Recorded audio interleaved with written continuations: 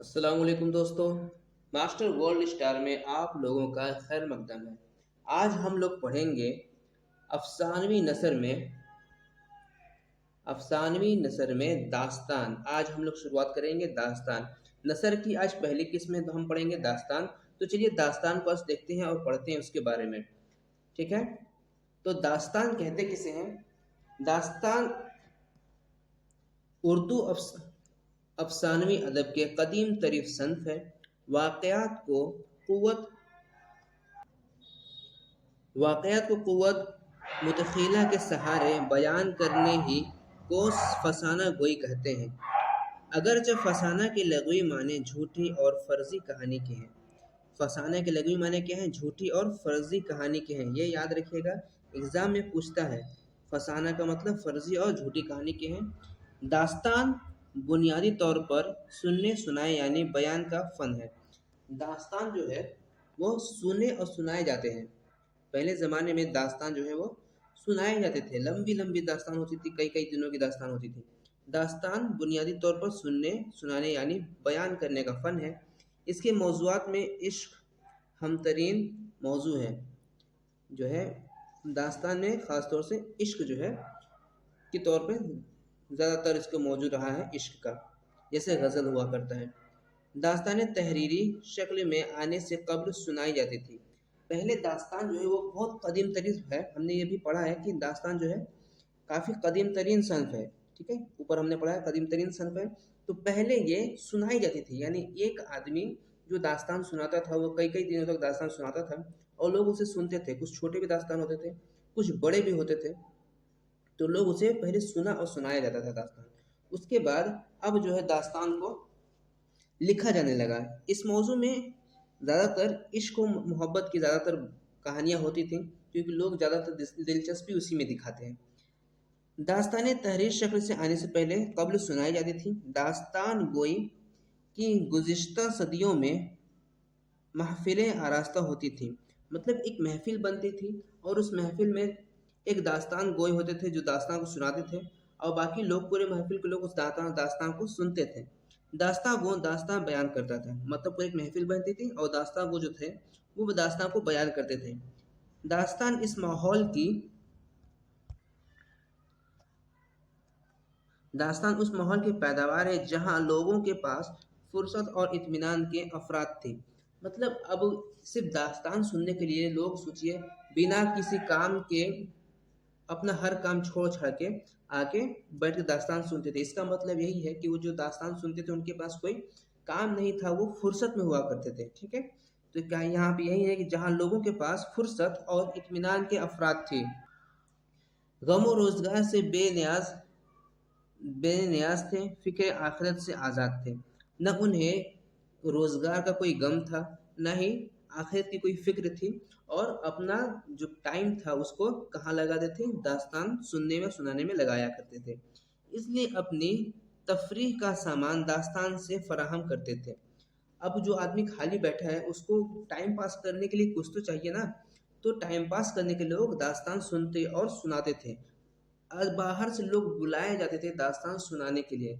पहले के लोग काफ़ी, हम लोग भी जब छोटे थे तो जो हमारे दादा दादा हुआ करते थे वो कहानियाँ बहुत सुनाते थे। तो यही जो कहानी है यही दास्तान का रूप ले लिया करती थी।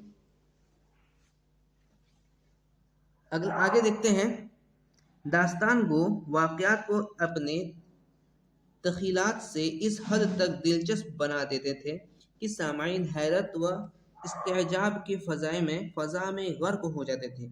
मतलब इतना उसमें दिलचस्प बातें होती थी, ऐसी ऐसी कहानी को इतने मोड़ पर लाके खड़ा कर दिया जाता था कि लोग सस्पेंस में होते थे कि अब क्या होगा, ऐसा क्यों हुआ।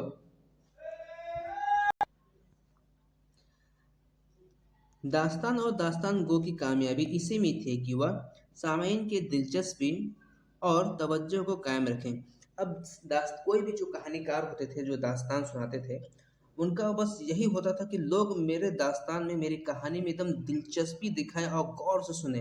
और उनका जो काम था वो सस्पेंस बनाए हुए रखना था कि अब आगे क्या होगा, एक पल में कब कौन सा मोड़ आ जाएगा, उन्हें पता नहीं चलने देते थे कि अब क्या होगा। वो बिल्कुल सस्पेंस बना के रखे थे।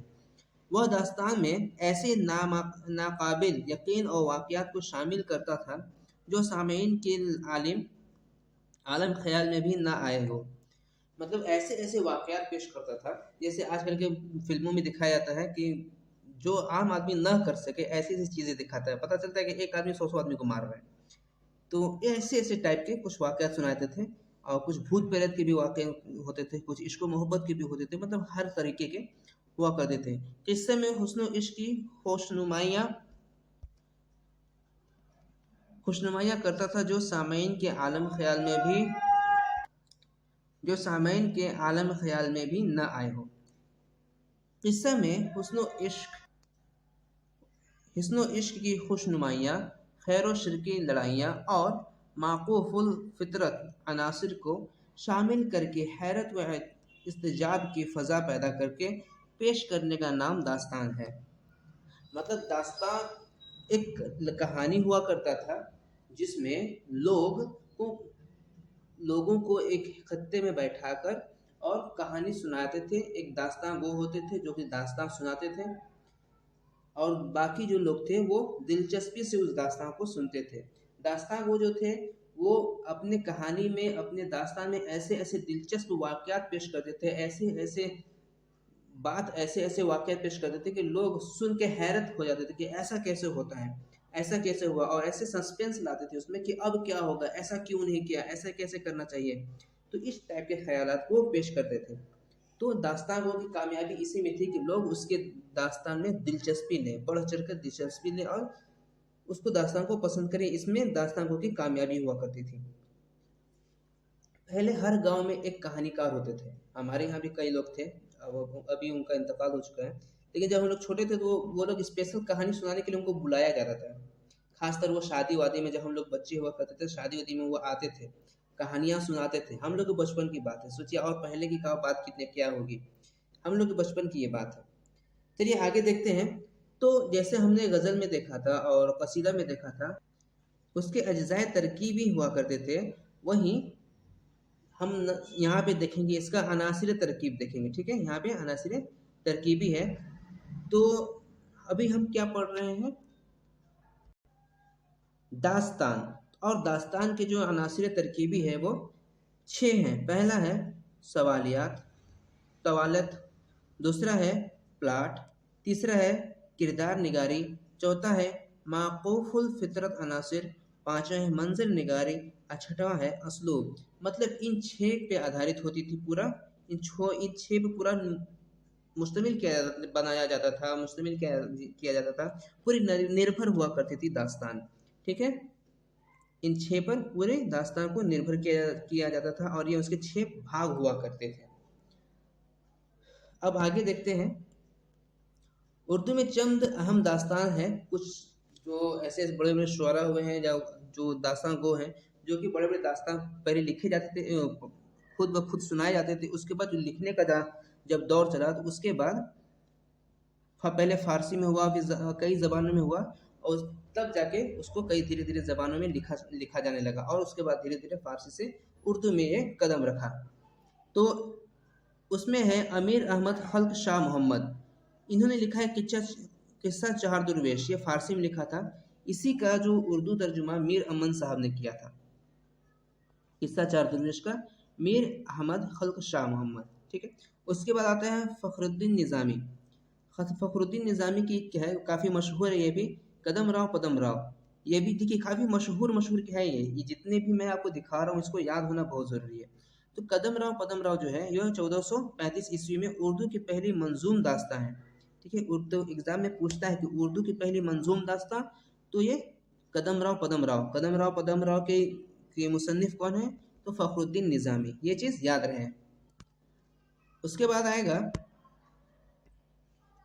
मुल्ला वजही, ये भी काफ़ी मशहूर थे, जिनका किताब है सबरस के मुसन्निफ मुल्ला वजही। इन्होंने लिखा था 1635 ईस्वी में उर्दू की पहली नसरी दास्तान। ठीक है, उर्दू के पहली नसरी दास्तान जब भी आए तो मुल्ला वजही हो जाएगा, मुल्ला वजही का सबरस हो जाएगा। और उर्दू का जब भी मंजूम दास्तान आ जाए, ठीक है, यहाँ पे क्या दिया है, मंजूम दास्तान, तो उर्दू की पहली मंजूम दास्तान तो फ़खरुद्दीन निज़ामी की कदम राव पदम राव, मंजूम दास्तां फ़खरुद्दीन निज़ामी की कदम राव पदम राव, और नसरी दास्तां तो मुल्ला वजही की सबरस। ये चीज़ याद रहे। उसके बाद आता है इब्राहिम बीजापुरी। इब्राहिम बीजापुरी की है, ये अनवार सुहेली थे। अनवार सुहेली, फारसी अनवार सुहेली का तर्जुमा है। ये भी उर्दू में लिखा था, फारसी अभी में भी इसका नाम अनवार सुहेली का ही है। ठीक है। उसके बाद है मुंशी शमसुद्दीन अहमद साहब, इनका है हकायतुल हलिया, हकायतुल जलिया है। ये अलिफ लैला का पहला तर्जुमा है। अलिफ लैला हमने बचपन में देखा है काफ़ी, तो अलिफ लैला का जो पहला तर्जुमा है ये क्या है? मुंशी शमसुद्दीन अहमद का हकायतुल हलिया, हकायतुल जलिया। ठीक है, हकायतुल जलीला। अगला है फ़कीरुल्लाह शाह हैदर, इनका लिखा हुआ है तनावली। फ़कीरुल्लाह शाह हैदर साहब का तनावली है। उसके बाद है ईसवी खान बहादुर। ईसवी खान बहादुर साहब का है किस्सा मोहरा फिरोज़, किस्सा महर अफरोज़ो दिलबर, जो लिखा गया था 1770 ईस्वी में। किस्सा महर अफरोज़ो दिलबर किसका है? ईसवी खान बहादुर साहब का। उसके बाद आते हैं मोहम्मद अताउल्लाह खान तहसीन। तो अताउल्लाह खान तहसीन की काफ़ी मशहूर है नौतर्ज मरसा। तो नौतर्ज मरसा जो है ये क्या था? ये किस्सा चार दुर्वेश जो हमने ऊपर पढ़ा है, किस्सा चार दुर्वेश यहाँ पे,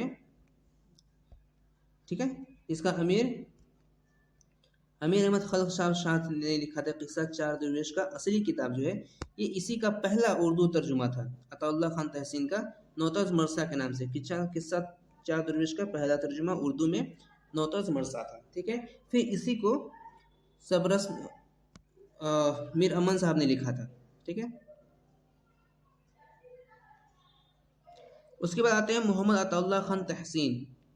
अच्छा, इसको हमने पढ़ा है, अताउल्लाह खान तहसीन साहब का नौतर्ज मरसा पढ़ा है, जो उर्दू दास्तान का बाकायदा आगाज़ दास्तान से होता है। ठीक है, उसके बाद आते हैं शाह आलम सानी। जो शाह आलम सानी थे ये अजाइबुल क़सस थे, इनका अजाइबुल क़सस 1795। उसके बाद आते हैं महरचंद रिख्तरी, महरचंद खेतरी, महरचंद खेतरी, नौ आइन और किस्सा मुल्क और गीते अफरोज़, इनका ये 1793 में इन्होंने लिखा था। आगे देखते हैं। उसके बाद फिर मीर अमन साहब ने, मैंने कहा था कि बागो बहार लिखा है, किस्सा चार दुर्वेश का। ठीक है, चार दुर्वेश का लिखा था फारसी में। उसका फिर उन्होंने दूसरा उर्दू तर्जुमा किया, किसमें? बागो बहार के नाम से। किसने? मीर अमन साहब ने। ठीक है, मीर अमन साहब का जो ये कहाँ के? फोर्ट विलियम के रहने वाले थे, उसी में इन्होंने पहला किताब लिखा था बागो बहार। सैयद, उसके बाद आते हैं सैयद हैदर अली आतिश। इन्होंने कई सारे किस्से लिखे हैं, इसमें कुछ आपके सामने दिया गया है। इससे किस्सा है महरोमा, किस्सा लैला मजनू, हफ्त पीकर, तारीख नादरी, गुलजार दानिश। उसके बाद आता है गुलदस्ता हैदरी, फिर आता है गुलशन हिंद, फिर तोता कहानी, आराइश महल। ये सब किसका है? सैयद हैदर अली बख्श का। उसके बाद आते हैं मीर अली शेर अफसोस। तो जो मीर अली शेर अफसोस थे, इन्होंने लिखा है बागे उर्दू। बागे बहार मीर अमन का है और बागे उर्दू मीर अली शेर अली अफसोस का है। ये याद रहे, काफ़ी कन्फ्यूजन होता है। बागे बहार जो है वो चार दुर्वेश का तर्जुमा है, और बागे उर्दू जो है वो शेख सईदी की गुलिस्तान का तर्जुमा है। गुलिस्तान आज भी जो फारसी पढ़ते हैं उनको पढ़ाया जाता है, गुलिस्तान। ठीक है, तो बागे उर्दू गुलिस्तान की तर्जुमा है। उसके बाद आता है दीवान उर्दू आराइश। ये मीर अफसोस अली ने, मीर शेर अली अफसोस साहब ने इसे लिखा है। उसके बाद हम देखते हैं फोर्ट विलियम कॉलेज के बाहर की दास्तान। जो ये जो हमने पढ़ा था ये फोर्ट विलियम के अंदर का था। ठीक है, इसमें मीर अमन साहब एक नंबर पे थे। उसके बाद सैयद हैदर अली आतिश थे, और उसके बाद ये मीर शेर अली अफसोस थे। ये फोर्ट विलियम के रहने वाले, में लिखा था इन्होंने फोर्ट विलियम में। ये जो है फोर्ट विलियम के बाहर लिखी गई थी ये सब किताबें। इनमें है सैयद इंशाउल्लाह खान इंशा, इन्होंने लिखी थी रानी कई कई की कहानी। ठीक है, 1803 में। सिल्क गौहर दूसरा है। उसके बाद आते हैं रजब अली बेग सुरूर, जिनकी काफ़ी मशहूर किताब है फसाना अजायब, ठीक है, उस जो इन्होंने लिखा था 1824 में। उसके बाद आता है सुरूर सुल्तानी, शगुफ़ मोहब्बत, फिर आता है शबिस्तान सुरूर, फिर आता है गुलजार सुरूर, फिर सुरूर सुल्तानी। उसके बाद चंद हकायात, मुख्तसर वतूल, शर्र इश्क, फसाना इबरत, ठीक है, इतना आता है रजब अली बेग सुरूर का। उसके बाद आता है मोहम्मद बख्श महजूर का। इनका ये आते हैं, इनके लिखे हुए इंशाए गुलशन नौबहार या इंशाए नौरतन, इंशाए गुलशन नौबहार और इंशाए नौरतन, मोहम्मद बख्श महजूर का। अगला देखते हैं आगे चल के। उसके बाद आते हैं फ़खरुद्दीन आते हैं, इन्होंने लिखा है सरोश सुखन। उसके बाद आते हैं जाफ़र अली मशयून, इन्होंने लिखा है तिलिस्म हैदर। और उसके बाद आते हैं मीर मोहम्मद तकी ख़याल, इसमें आते हैं बोस्तान ख़याल। और उसके बाद लिखते हैं अदल करीम, इन्होंने लिखा है अलिफ लैला। अलिफ लैला काफ़ी मशहूर है, इन्होंने किसने लिखा है? अदल करीम ने, याद रहे। नीम चंद हैरी, किसने लिखा है? गुले सनूबर। तो ये मशहूर जो दास्तान है और दास्तान गो है, जो दास्तान गो थे उनकी लिखी हुई किताब की कुछ थी। और आगे चल के मैं आपको प्रैक्टिस में बहुत सारी चीज़ कराऊंगा। तो आज के लिए हम इतना ही तक रहते हैं, कल हम पढ़ेंगे फोर्ट विलियम कॉलेज के बारे में। तो मिलते हैं अगले क्लास में फोर्ट विलियम कॉलेज के बारे में। उसमें हम अच्छे से डिटेल से आपको पढ़ेंगे कि कब उसकी शुरुआत हुई, क्यों शुरुआत हुई, और उसको खुलने का मकसद क्या था और क्यों बंद किया गया, ठीक है। तो तब तक के लिए आप हमारे चैनल को लाइक और सब्सक्राइब जरूर करें। मिलते हैं अगले क्लास में। अस्सलाम वालेकुम।